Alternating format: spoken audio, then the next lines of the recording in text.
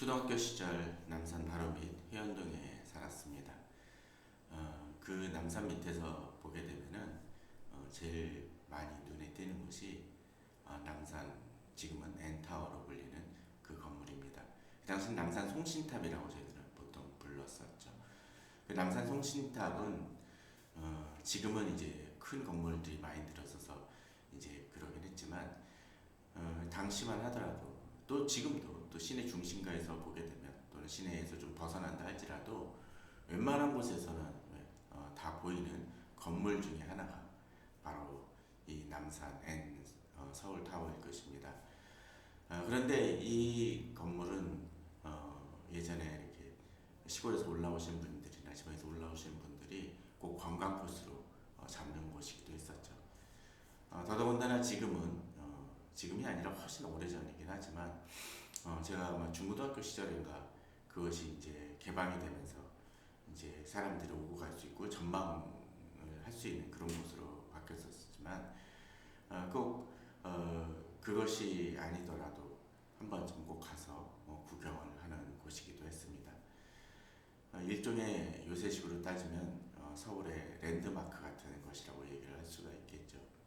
그런데 이것은 그저 관광이라든지 상징적인 의미에서만이 아니라 지금은 그 기능이 많이 줄어들었겠지만 예전에 어렸을 때 불렀던 남산 송신탑이라는 그 표현처럼 방송을 송출하고 전달해주는 중요한 역할을 했습니다.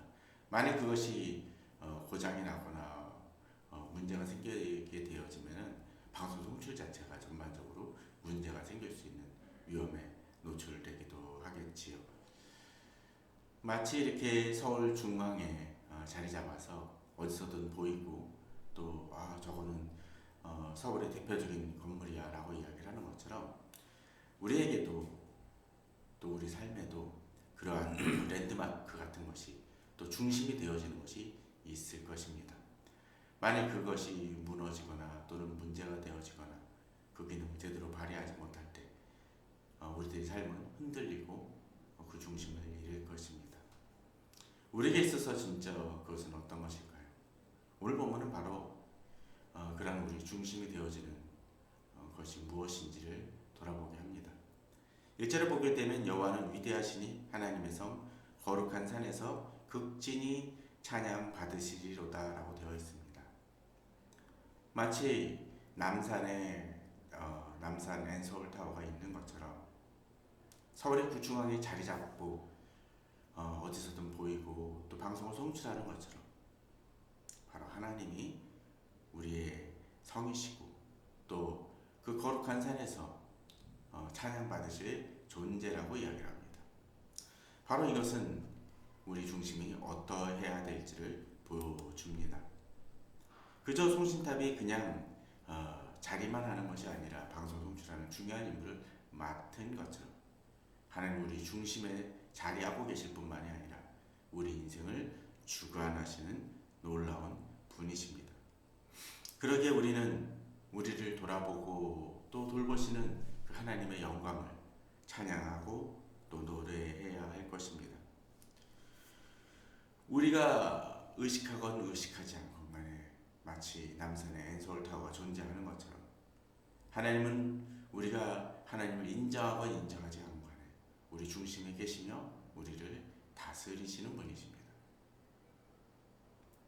그러기에 우리는 그 하나님을 어떤 분인지를 알 때 우리는 그 하나님을 더욱더 찬양하고 높일 수 있습니다. 1, 2절에 보게 되면 거룩한 산이라고 되어 있고 우리 하나님의 성이라고 되어 있습니다. 또 2절에 보면 터가 높고 아름다워 온 세계가 즐거워함이라고 되어 있습니다. 그렇습니다.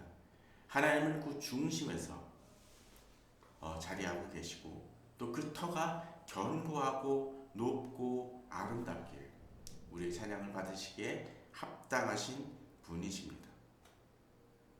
또한 이 하나님은 우리에게 요새로 자리하십니다. 3절에 보게 되면 하나님이 그 여러 궁중에서 자기를 요새로 알리셨다라고 되어 있습니다. 여러 궁중이라는 것을 보게 되면 이 세상에 하나님이 어떤 분인지를 알린다는 것입니다. 근데 그 하나님은 우리의 요새 되어지십니다. 세상 권력이 아무리 위대하다 할지라도 그들 또한 하나님의 통치하에 있으며 하나님의 위대하심을 전달받고 또 그것을 인식하고 하나님의 앞에 부복해야 될 존재에 지나지 않음을 3절은 보여줍니다. 그러게 우리들은 하나님이 어떤 분인지를 인식하면 인식할수록 하나님을 찬양하며 하나님을 경배하며 믿음으로 나아가야 됩니다. 이들의 반응이 어떻습니까? 4절에 보게 되면 7절까지 내용이 나옵니다. 왕들의 모여서 함께 지나갔으며 그들이 보고 놀라고 두려워 빨리 지나갔다고 되어 있고 또 그들을 사로잡으니 고통이 해산하는 여인의 고통 같도다라고 되어 있습니다. 무엇입니까? 세상 권력이 자기를 드러내고 자기를 앞세우고 있지만 그 모든 권력들이 하나님 앞에 엎드려져야 될 그 존재에 지나지 않는다는 것입니다. 하나님은 그들에게 사명을 맡기셨지만 그들이 의식하건 의식하지 않건 그들을 다스리고 또 그들을 정말 그 권력을 흔들고 내려앉게 하시고 또 새로운 권력을 세우시는 그 모든 일들을 주님이 하신다라는 것입니다. 특별히 7절에 보게 되면 주께서 동풍으로 다시스의 배를 깨뜨리시더라고 되어 있습니다. 당시에 모든 재물을 주고받는 그 중요한 역할을 했던 다시스가 하나님이 동풍만 부르셔도 그 배가 박살나는 그런 상황에 처합니다.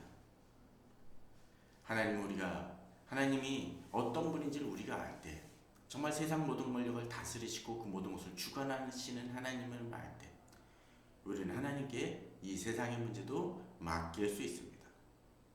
그래서 나의 문제만이 아니라 이 나라의 정치라든지 사회에 대해 돌아가는 부분들 또 이 세상에서 벌어지는 많은 일들을 주님께 맡길 수 있습니다.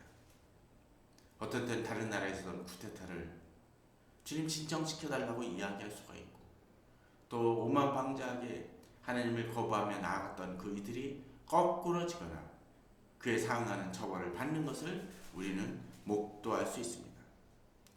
하나님이 그 모든 것을 주관하시기 때문에 그렇습니다. 그러기에 우리는 하나님을 더욱더 의지하고 믿음으로 나아갈 필요가 있습니다. 또한 8절에서는 이제 한 걸음 더 나아갑니다. 어떤 것입니까? 하나님이 우리가 주의 전 가운데서 우리가 들은 대로 만군의 여호와의 성 우리 하나님 성에서 보았나니 하나님 이를 영원히 경고하게 하시려고 되어 있습니다. 세상에 어떤 것도 영원한 것도 없고 또 경고한 것은 없습니다. 세상 권력이 아무리 강하고 또 세상 그 기업이 아무리 잘 된다 할지라도 그들은 부침이 있고 한계가 있고 또 몰락이 있습니다. 그러나 오직 하나님의 성만은 어떻습니까? 견고하다라고 되어 있습니다. 그 견고함이 영원하다라고 되어 있습니다. 우리가 그것을 기억할 때 우리는 달라집니다. 하나님의 것이 아닌 세상의 것과 요새는 한시적이고 견고하지 않지만 하나님은 영원하시고 우리를 다스리시는 분이라는 것을 깨달을 때 우리의 삶의 태도도 달라집니다. 우리가 거하는 하나님의 성전으로 인해 힘을 얻게 됩니다. 9절에 보게 되면 이렇게 되어 있습니다. 하나님이여 우리가 주의 전 가운데서 주의 인자심을 생각하였나이다. 우리는 여기서 한 걸음 더 나아갑니다. 힘들 때 주의 인자심을 생각하라고 되어 있습니다. 하나님이 세상 권력을 다스리시고 또 그들을 심판하시기도 하시지만 우리가 이 세상보다도 특별히 더 나은 것은 아닙니다. 그럼에도 불구하고 우리가 나아갈 수 있는 이유가 무엇입니까? 바로 주의 인자심을 생각하기 때문에 그렇습니다. 하나님의 성도로서 하나님의 백성으로서 우리는 살아가기에 우리는 여러 가지 문제 속에서 좌절할 수 있을 때가 있지만 또 넘어질 때가 있지만 그러나 그런 속에서도 하나님이 나를 책임져 주심을 알기에 우리는 하나님께 더욱더 의뢰하고 나아갈 수가 있습니다. 오늘은 내가 힘을 얻고 나의 넘어짐에도 불구하고 주 앞에 나아갈 수 있는 담대함을 얻는 것은 바로 주를 의뢰하는 바로 주께서 나에게 대해서 인자하신 분이기 때문에 그렇습니다. 내가 비록 넘어지고 자격이 없을 때도 있지만 그럼에도 불구하고 나를 품으시는 주의 인자하심이 있기에 내가 비록 세상 권력보다도 별로 잘하지도 못하고 못난 존재이지만 하나님을 의지하며 하나님 앞에 겸비하게 나아가기에 하나님 내게 복을 내리시고 은혜를 베푸십니다. 또한 우리는 이렇게 하나님을 의지하고 나아가지만 정말로 어떤 때 세상의 모습으로 인해서 좌절하고 낭망하기도 합니다. 과거 제가 학교를 다니던 그 시절 전후에 보게 되면 과거 운동권이었거나 또는 꼭 운동권이 아니더라도 지금 시대에도 교회를 개혁을 위해 힘쓰던 이들이 또는 지금도 사회 변화를 위해 힘쓰던 이들이 좌절하고 결국 현실에 안주해서 살아가는 이들을 보게 됩니다. 그 어떤 세상 이들보다도 세상과 더불어 사는 경우를 보곤 합니다. 왜 그럴까요? 바로 그것은 그들이 아무리 노력한다 할지라도 세상에서 그 공의를 실현하기거나 이루기는 것이 어렵다는 것을 느끼기 때문에 그렇습니다. 어떤 때는 그로 인해서 좌절하고 낭망합니다. 어차피 안 되는 일이라고 포기합니다. 그러나 그리스도인들은 그렇지 않습니다. 그 힘을 얻고 계속적으로 행해 나가며 변화시키려 합니다. 어떤 때는 교회를, 어떤 때는 사회를, 어떤 때는 가정을요. 그 힘이 어디서 나옵니까? 바로 하나님께서 그 오늘 10절의 말씀처럼 바로 오른손에는 주의 정의가 충만하였다라는 그 말씀처럼 또 11절 주의 심판이 있음을 분명히 행한다라는 것을 알기 때문에 우리는 하나님을 찬양하는 이들은 하나님의 공의하심과 하나님의 행하심을 믿고 우리가 주께 맡기며 나아갈 수가 있습니다. 우리에게 그런 믿음이 있어야 될 것입니다. 또한 본문은 12절 13절에서 독특한 표현을 씁니다. 너희는 시온을 돌면서 그곳을 돌아보고 그 망대들을 세어보라. 그의 성벽을 자세히 보고 그 궁전을 살펴서 후대에 전하라고 되어 있습니다. 우리가 힘을 얻을 수 있는 또 다른 방법은 하나님의 성을 살피는 것입니다. 이 구절만 보면은 이거 뭔 소리야? 그냥 하나님의 성전을 살펴본다고 또 그 망대들을 세어본다고 어차피 주님 오실 날 우리가 만날 곳 아닌가라고 생각할지 모릅니다. 그러나 이렇게 하나님의 성전을 돌아보고 그 망대들을 세어보고 성벽을 살피고 그러한 얘기는 하나님이 앞절에서처럼 공의를 행하시는 분이고 정의를 실천하시는 분이라는 것을 믿기 때문입니다. 우리가 어떤 사람을 의지할 수 있는 가장 좋은 방법은 뭡니까? 결국 그 사람에 대해서 알아가는 것입니다. 하나님은 어떤 분인지를 알 때 우리는 달라집니다. 하나님의 성품을 의지하고 하나님을 믿고 나아갈 수가 있습니다. 또한 본문을 보게 되면 그런 구절도 나옵니다.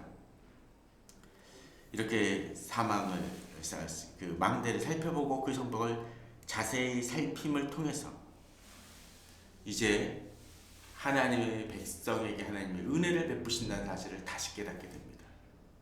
이것은 곧 우리가 하나님을 의지하고 하나님을 찬양해야 될 더 깊은 이유가 되죠.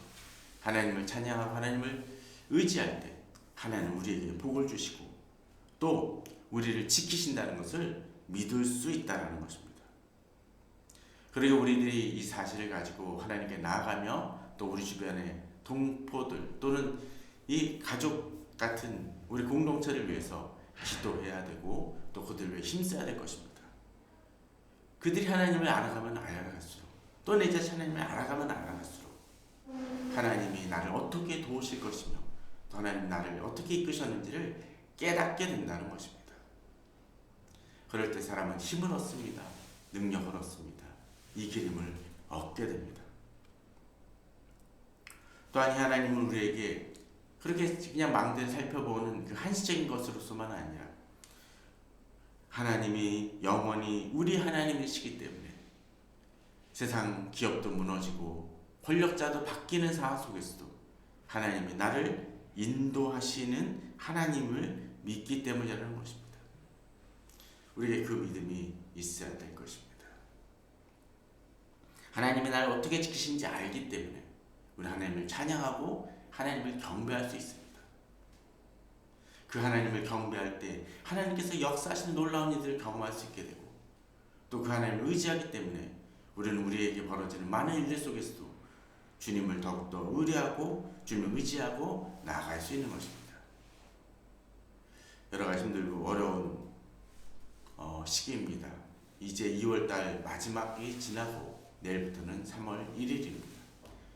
그런 상황 속에서 진정 우리가 어떻게 살아야 될지를 다시 고민하며 주님이 주신 축복으로 새싹을 뜯으며 하나님께 영광 돌리는 그러한 우리 되기를 주님의 이름으로 축원합니다.